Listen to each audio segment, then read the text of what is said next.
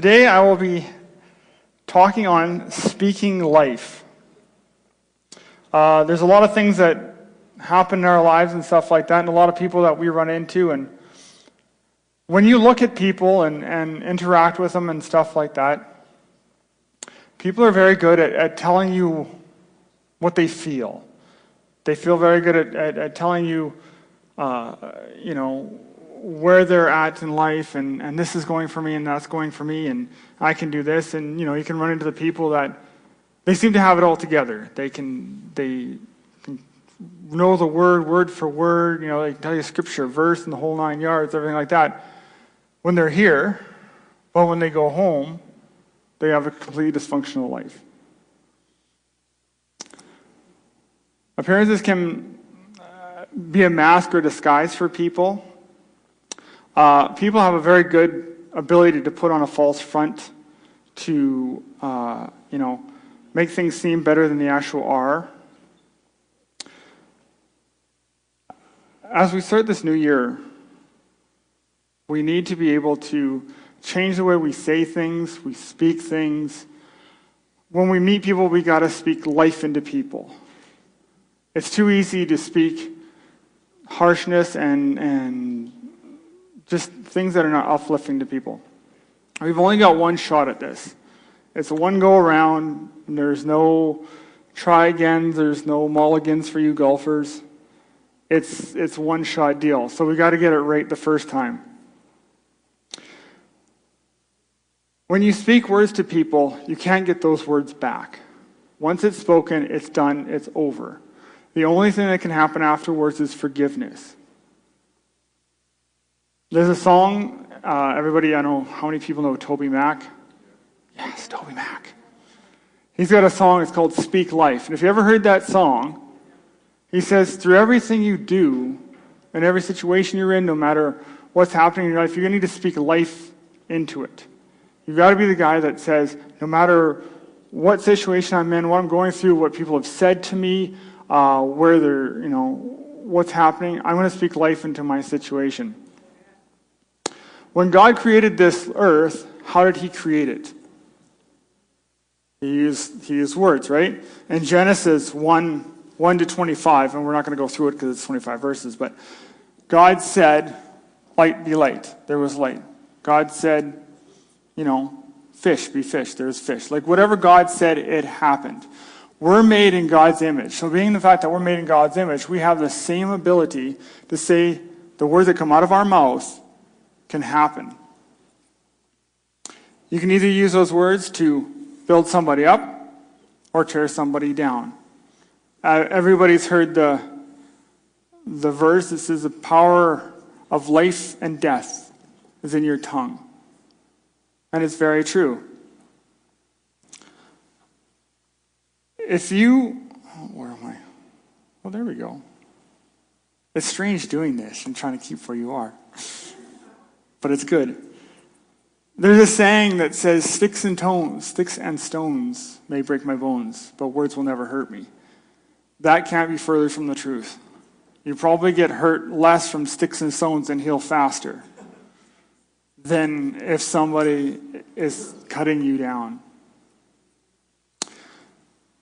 When Titus was learning to ride his bike, if I was a dad, every time he fell down or wiped out or, if I was on his case all the time, so you're never going to get this, you need to learn how to do this better. No.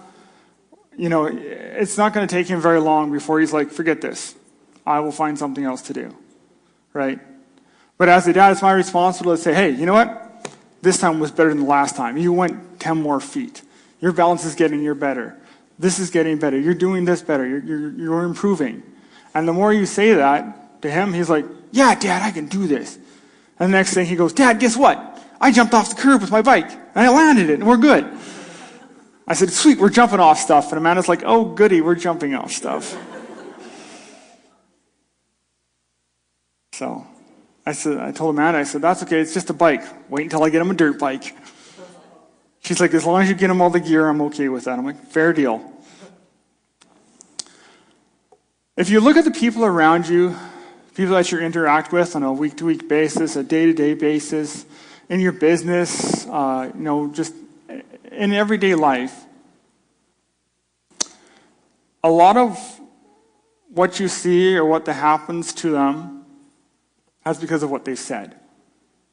You'll hear people, winter's out there, and people say, oh man, I hate winter driving. I just know somebody's going to run into me, and then, I'm going to get my car in, get it fixed, and I'll be out with the car for on and on. Well, all of a sudden they're surprised when next week they've been in a car accident. And it's like, well, honestly, what you said is what you get. It happens. If you go to Ephesians 4:29 in the Amplified,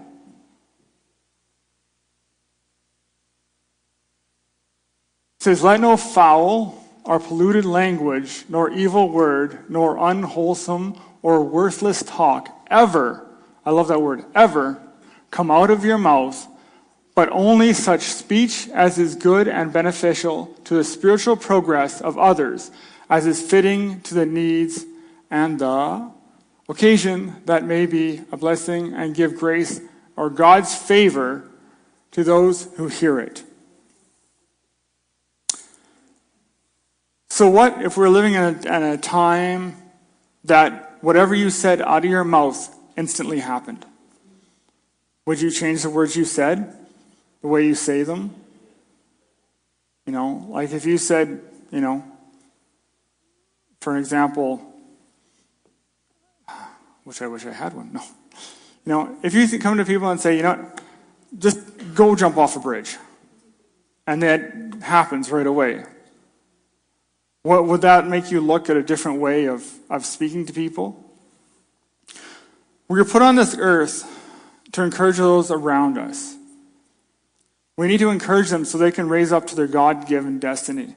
It's our responsibility as Christians to be there and encourage everybody else. And I've noticed that in this church. Because just before I come up here and was speaking, everybody's like, no, you got this. You'll be fine. You're good.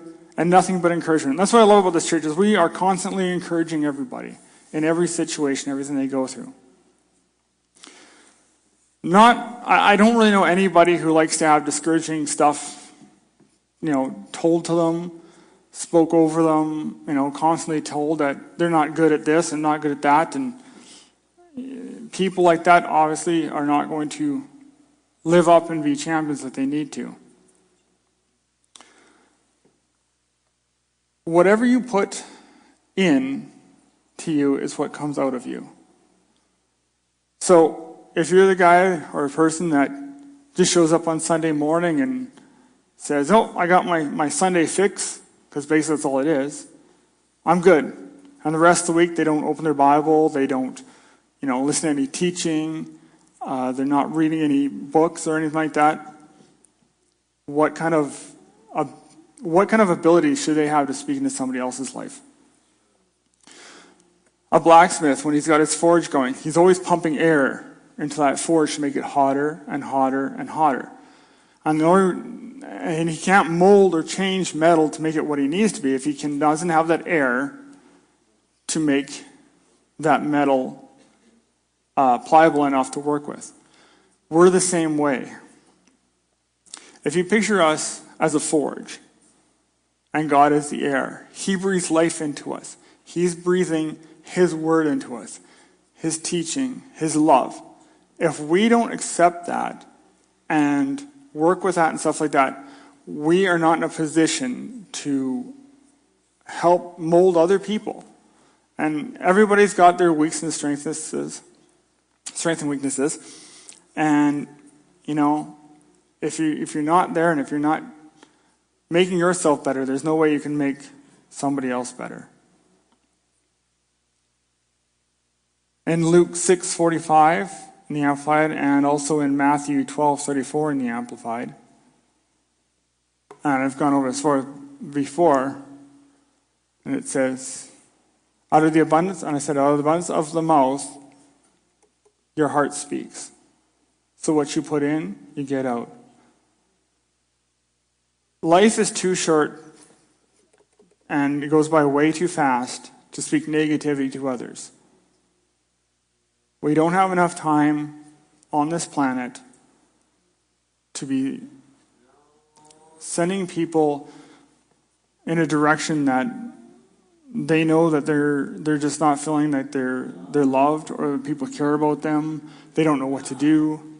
And it's sad. I mean, this world is set that it's so easy for us to cut people down and to, make people feel less than they are. We need to be in a position as Christians to be opposite, to be that life that's speaking into people. We go to Proverbs 15:1. It says, "A gentle answer turns away wrath, but harsh words stir up anger." So if somebody's coming up to you, basically, and, starts mouthing off and, calling you this and calling you that and doing this to you and that, what is your first reaction? Usually you want to punch them in the head. And I know we're all Christians, but it has crossed your mind. I know. But, people who come up and honestly who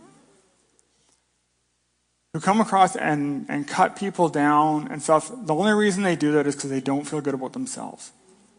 They don't. They have nothing good inside them, so they can't provide anything good to anybody else. They're going to be in that situation where the only way they make them feel better is to make somebody feel worse than they are.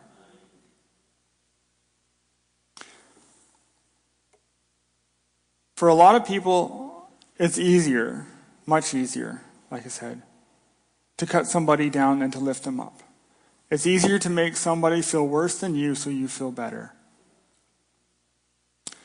And that's Satan's plan.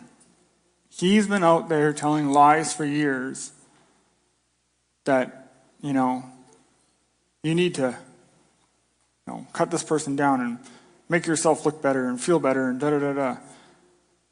And the more he can do that, the more he can get us at each other, the more he wins. And the more he wins, the less he has to worry about. We're not a threat anymore. And I don't know about you, but I prefer him thinking that I'm a threat. I like to be the guy who, Satan's going, "Oh, good Lord, he's woken up. My day's just gotten worse." He's had many, many, many years to perfect his craft. And we're playing catch-up.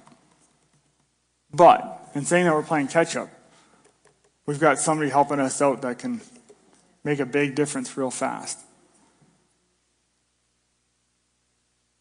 When you're in a workplace or you're... My wife for the camera, that's funny. When you're in a workplace and working with people, as an employer, how many people are employers around here? How many people have people working for them? If you have somebody who's working for you and they're maybe just not living up to the expectations you had for them, if they're, messing up and stuff like that, and you're getting frustrated with them, when your flesh kicks in, what is the first reaction? You get frustrated, you get mad, you want to tell them how to do this, and you need to go do this and go here and get things figured out. And the only way you can actually bring correction to somebody without them being offended or hurt is the fact that you need to start with encouragement. You got to speak life into that person, right? So, if they're doing something, focus on what they're doing right rather than what they're doing wrong. I do carpentry for a living, so, maybe somebody isn't the greatest at framing, but they're, really, really good at cleaning up. Well, it doesn't sound like much, but it's a start. And you say, hey, you did an awesome job, encouraging people, da-da-da. And then the stuff they do mess up on, you say, hey, you're doing awesome at this. I really appreciate everything done. I've noticed a couple little things that we need to work on. The next important step is, how can I help you? If you're putting yourself in a position where you're like, What can I do to make you more efficient, better? Challenge a person. Make them strive for something. If you're in a situation where you're just like, hey, you know what? I notice you're struggling in this area. How can I help you out? They will be more willing to take that and say, hey, you know what? Maybe if you spend a little bit of time explaining this to me, or how you do this, or running this piece of machinery or whatever, I might get better at this. And so you're like, okay, here, step one. I'll walk them through it. Everybody learns at a different pace. Sometimes you'll catch on to things a lot faster than other people will. Sometimes you don't. And the best thing about being a person who can encourage other people, and you can work off each other's strengths, right? Some people catch things right away, some people don't. The people that don't, never make them feel like they're not getting it, even if it frustrates you to no end. You've got to step back and just say, you know what? I notice you're having a hard time with this. Is there some way that I can make this easier for you? Is there some steps we need to take to make this work better for you? If somebody is always told that they're no good at this, and they're failing at this, and you need to get better at this, and why are you doing this?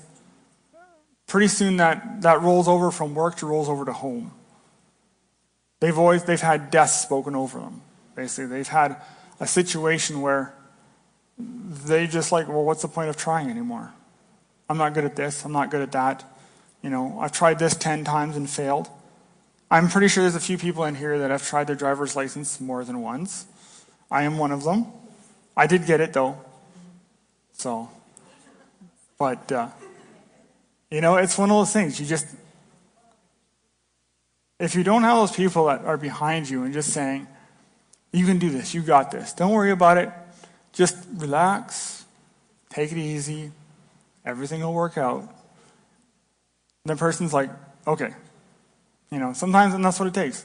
Sometimes you just have to talk to a person and say, hey, let's just step back for a second, take a breath, don't worry about what's going on, what's happening, what situation's going through. People run into situations that to them is the end of the world. They don't see the light of day. They don't know where to go. They have no hope for anything. And the best part of being a Christian and walking in God's love is that we have the ability to be that person that can walk up to him and say, hey, you know what? Your shoes look awesome today. And I know it might not sound like a big thing, but the person's like, thanks, or whatever. Compliments go a long way. We have a hard time complimenting each other sometimes. We're a very me society. Well, nobody complimented me on my shoes. Why should I compliment them? Well, you know what? It's not about you. It never has been about you. We're put on this earth to I missed a verse. It's okay. We've been put on this earth to encourage, to uplift, to exhort, exalt, in every situation and everybody we come across. God didn't say, okay, do the best you can, you're on your own, figure it out. Number one, what did he do? He gave us the Holy Ghost, the Holy Spirit. That right there is, somebody that's with you all the time to encourage you. You can always look back and say, in certain situations, and figure nobody was with you and nobody was helping you, and what do I do? Where do I go? And you'll look back at that situation and say, hey, you know what? I noticed that when I was reading in the Bible last week that this verse came out to me. And I do realize that I have somebody with me. I have somebody to help me. There's no situation that you're going to ever be in that you won't have somebody speaking something into your life. Well, we got to speak life. You got to be that person that's like, I'm going to be the guy who encourages everybody, no matter what. You know? My ushers. Gord's ushers, actually. But I'm helping them out. You know what? I tell those guys all the time, you guys do a phenomenal job. Fantastic. You know what? Things are getting better. You guys are doing this better. You're doing that better. You know, there's a couple things we need to work on, but that's just stuff to work on. You guys are doing awesome. And they always come back and say, hey, I know things are going pretty good. Hey, what do we need to work on, or how can we make this better? And you know, it always takes somebody in your life to help you out. In going through these last few years and stuff like that, it's been kind of interesting because we've been through tough times and good times like anybody else. But you never realize until you reflect and look back at the people who stepped up and stepped in to help you out, to be that life. Because sometimes you don't have any life in you. Sometimes you're done. You got nothing. You're just hoping that, you know, you'll make it through another day. And those are the people we want to run into. Those are the people we want to come across. To be that life to them. To be that person that says, what are you going through? Well, I got this and this. Well, you know what? I want to just let you know. I'm with you. I'm beside you. God's with you. God's beside you. And we're going to get through this together. People don't survive without a support group.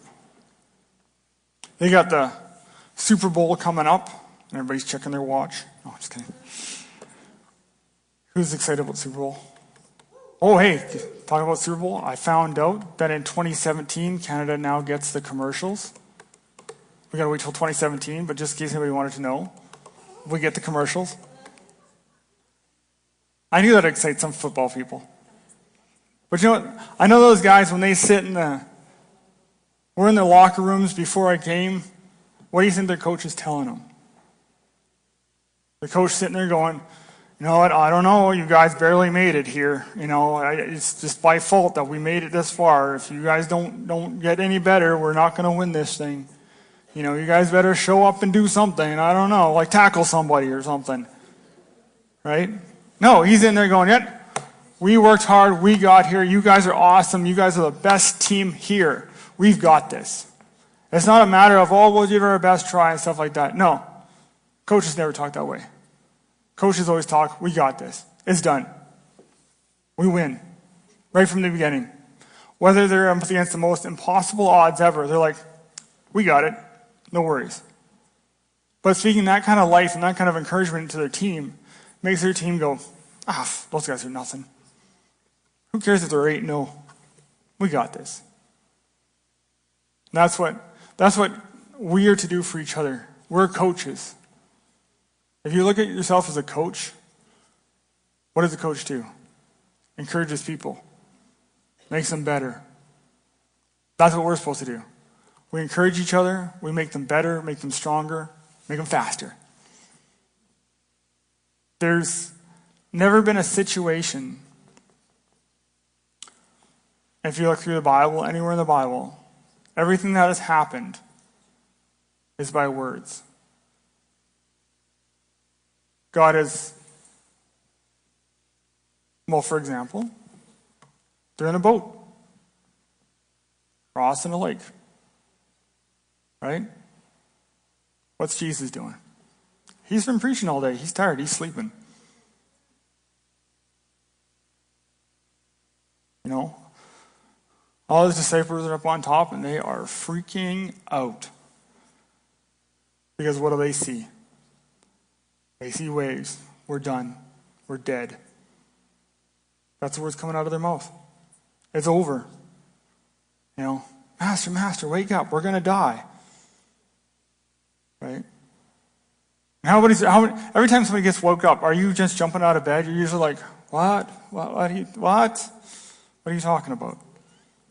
I'm sure he's kind of woke up and stumbled up to the top top deck and looked around and went, okay, what's going on? What is your problem? Oh, we're going to die. He's like, you woke me up for this? Really? Peace be. Peace was. Be still. Done. He spoke it. It happened. Are you guys okay now? Good. I'm going back to bed. I'm guaranteed that's what he said. Because he's like, what little faith you guys have for all the time you've spent with me and all the things you've seen. Right? 5 loaves, 2 fish. He prayed over it. What is praying? Speaking. What happened? Fed 5,000. Everything you say, everything you're going to say has an impact on somebody, and it will have lasting results that you may not see or you may not know about. People have come through situations where, like, you know what? If this person hadn't been by my side and encouraged me, I don't know where I'd be today. There's people that are in this world that are in the ministry right now, and the only reason they're there is because their grandma every day spoke life over them. And they were the furthest thing from being a Christian, not alone being a pastor or a evangelist as you can imagine. Your words have more power than you can imagine. They have more power than if you spent as much time encouraging people as people have a tendency to cut you down, you'd make an amazing difference in this world.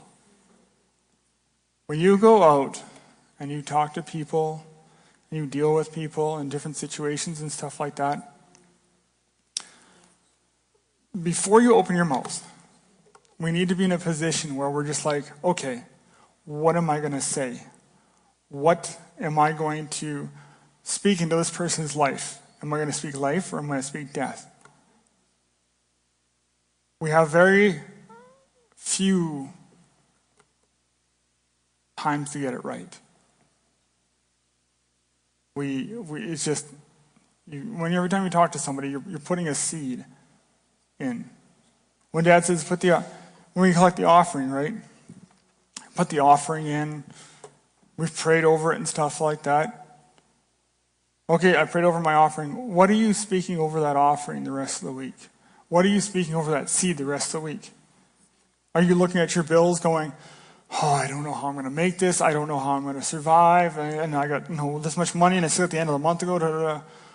Are you speaking, hey, Lord, I prayed over this seed. And right now I thank you, Lord, that all my needs are met according to your riches and glory. I live in abundance, more than enough that I can bless others. Amanda and I, we've always prayed. He says, Lord, we want to be a distribution center. We don't want to have just enough. We want to have more than enough. We want to be in a position where somebody doesn't have a car. We're just like, oh, you don't have a car? Okay, let's go buy you a car. And I'm not buying you a Honda or a Toyota Echo. Let's go to the Mercedes dealership. We got to be in a position where we work with excellence. Dr. Rob was just up here and I had the privilege of hanging out with him. Man, you want to talk about somebody who's got some knowledge? I was asking him every question I could think of. But he's extremely down to earth and he's like, you know what? This is what you do. Do. And that's life into my life. He's like, he actually, when I did tithes and offerings when he's up here, and Dad actually had phoned me out of the blue, and he says, yeah, Dr. Rob wants you to do offering. I'm like, excuse me? Dr. Rob wants me to do offering. He's like, yeah. I'm like, oh, good, no pressure. I'll do fine. But you know what? I got thinking about it and talking about it, and I spoke about speaking life into your finances. And I didn't think anything of it. I'm just like, to me it was very easy. You just speak to it. Dr. Rob goes up there and he says, you know what? This is what Tim spoke was there's only one other person that has ever made the connection between life and death and the power of your tongue and finances. I'm like, okay. That's the thing. To me, because of the awesome teaching we get around here, Honestly, it just makes sense to me. Why is it so difficult? What you say, what happens? If your life sucks right now, change what you say. When people ask you, how's things going? My dog died. I had to shoot my cat. Well, you know what? That's not going to happen, right? For instance, my aunt, I have an aunt, she lives on a farm out by Caroline, and she's not a Christian, but honestly, she does not talk about all the negative stuff that happened in her life. And negative stuff, she had a brand new colt that was taken by a bear. She had another colt that was all clawed by a bear. She had to shoot her dog. What else? It was just one of those years where everything that could go wrong went wrong. But the best thing about her is she doesn't focus on that. She doesn't say that. That doesn't come out of her mouth. That's where we need to be. No matter what. You could have the worst day of your life. But in that moment when somebody asks you how's your day? What are you going to say? Right? I'm having the best day ever. My day can only get better from here. No matter what happened. Doesn't take much. Everybody thinks they're just words. Words can be very powerful. Right? Satan uses words all the time. One of the best examples is Hitler. If you read anything about him, he was a phenomenal speaker. He could enthrall crowds for hours with his speaking. And what did it cause? A war. A lot of people dying. Think of what would happen if God got a hold of him. And he used that talent for good. Think of the situations that you've come across or that you've seen people in. What situation that have you, just think about it real quick. What situations have you come in or come across where you just, there is no hope? And what did you say? What did you do? There's been times in my life where I definitely didn't say the right thing, by any means.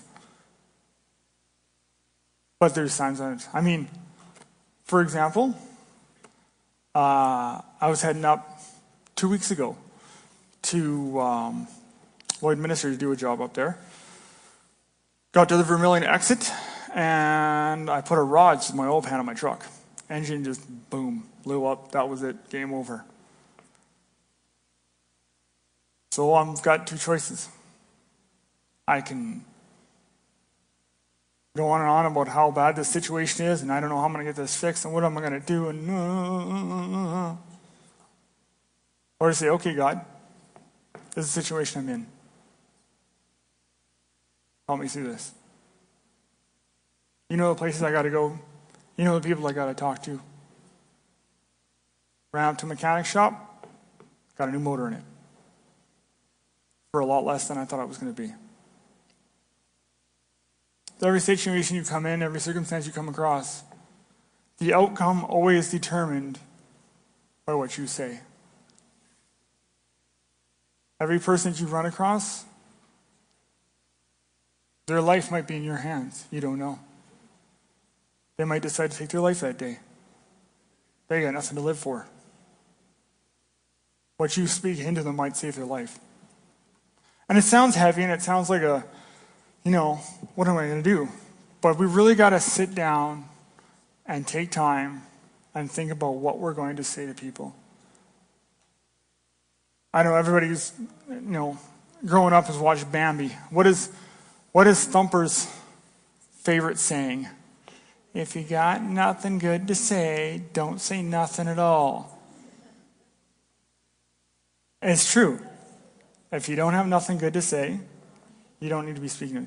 If you're a person that just shows up on Sunday, gets their weekly fix, and doesn't do anything for the rest of the week, you better not be speaking to somebody else's life, because you've got nothing to speak to. If you can't put enough in you to help you, how do you expect to help others? You've got nothing there. You're an empty vessel. You've got nothing to work with. That's why it's important to spend. And you know what? When preachers and stuff say, "Oh, you spend time on the Word," and nobody set a time limit to that. Nobody said, "Okay, on Monday you need to do 5 minutes of praying and 10 minutes of reading, and then on Tuesday you're going to do 10 minutes." And then no.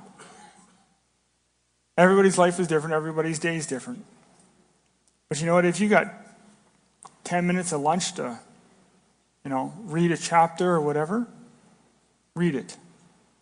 If you got an hour, if you're self-employed, you can take 2 hours.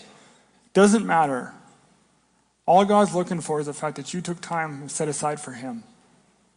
And there's nobody better that can speak life into your life than Him. You're not going to get better words from anybody, no matter who they are. He can change your life with one word. One word, that's it. That's all it takes. And you could be on a completely different path. It was interesting. I have never been one to ever want to really be in the ministry or go that direction, because I've seen it all. I see behind the scenes things that nobody else sees. I see how people are one way and how they are the next day. And I honestly think people who want to be pastors are crazy. "Oh, I'm going to do this, I'll be a pastor." I'm like, I hope God told you to be a pastor, because you have no idea what you're getting into. And it was only when John George was here, he says, "You know what?" He says, "Things are going to change for you, and your place is in the ministry." I'm like, okay. All right, well, I don't know where. I don't know what to do, whatever. So I accepted that, and I just kind of put it on the back burner. And everything's good. I'll keep doing this one. Dr. Rob got up here, and out of nowhere, I think I've talked to him for 5 minutes. Didn't mention anything. He goes, "God been talking to you? Are you supposed to be what are you supposed to be doing? What are your plans?" I said, I said, "I'm not exactly sure." I said, "I had a word spoken over to me that, I'm supposed to be in the ministry, but I don't know where." He said these words to me. He goes, "Doesn't matter where." He says, "Are you ready?" That's what it comes down to. Well, maybe I'm supposed to be in this place and doing this. Doesn't matter. Are you ready? He says, if you're ready, it'll happen. Now, do I know what that is? Oh, no clue. But this is step one, I guess. God's good all the time. We've been teaching the little kids. I know Manna was in there and Dad and stuff like that. Okay, because Chip Rim's coming up. Okay, kids. Chip Rim says, God's good. You see all the time, right? God's good all the time, right? And you go, whoo, right? So he's got the kids doing that. But God's good all the time, and all the time God's good, no matter what. But we got to learn that what comes out of our mouth is going to make a difference between if it's going to be a good day or a bad day. And it starts from right when you get out of bed. First words out of your mouth. Is it, good morning, God? Thank you for this wonderful day. Or is it, dear God, it's morning? It depends. Everything you do from this day forward depends on what you say, how you say it. Now, are we going to struggle or are we going to have a hard time? Oh yeah, there's going to be times and situations where you're just like, nope, I'm not saying nothing because I got nothing good to say. And there's situations like that where you got nothing. And you're just like, in all honesty, it is better to walk away sometimes than say anything. It really is. If you get in a fight, I mean, how many, now nobody put their hands up. How many of you know what buttons to push with your spouse to make, woo, sorry, jeez. I guess that was one button.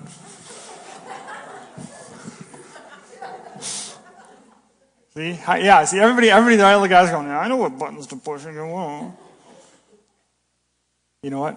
Hold on.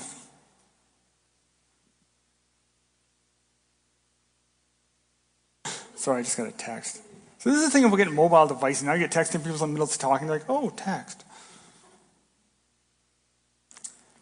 It takes a lot to push buttons sometimes and just get your way. Because you just want your way. But in the end, what matters, what you say is what matters. So when you go out today and go and deal with people and talk with people, just keep in mind of what you say and how you talk to them. Because it can make a big difference in their life. That's a wrap. No. Awesome, guys. Thank you. Internet, audios, thanks for joining us. And we will see you guys next Sunday.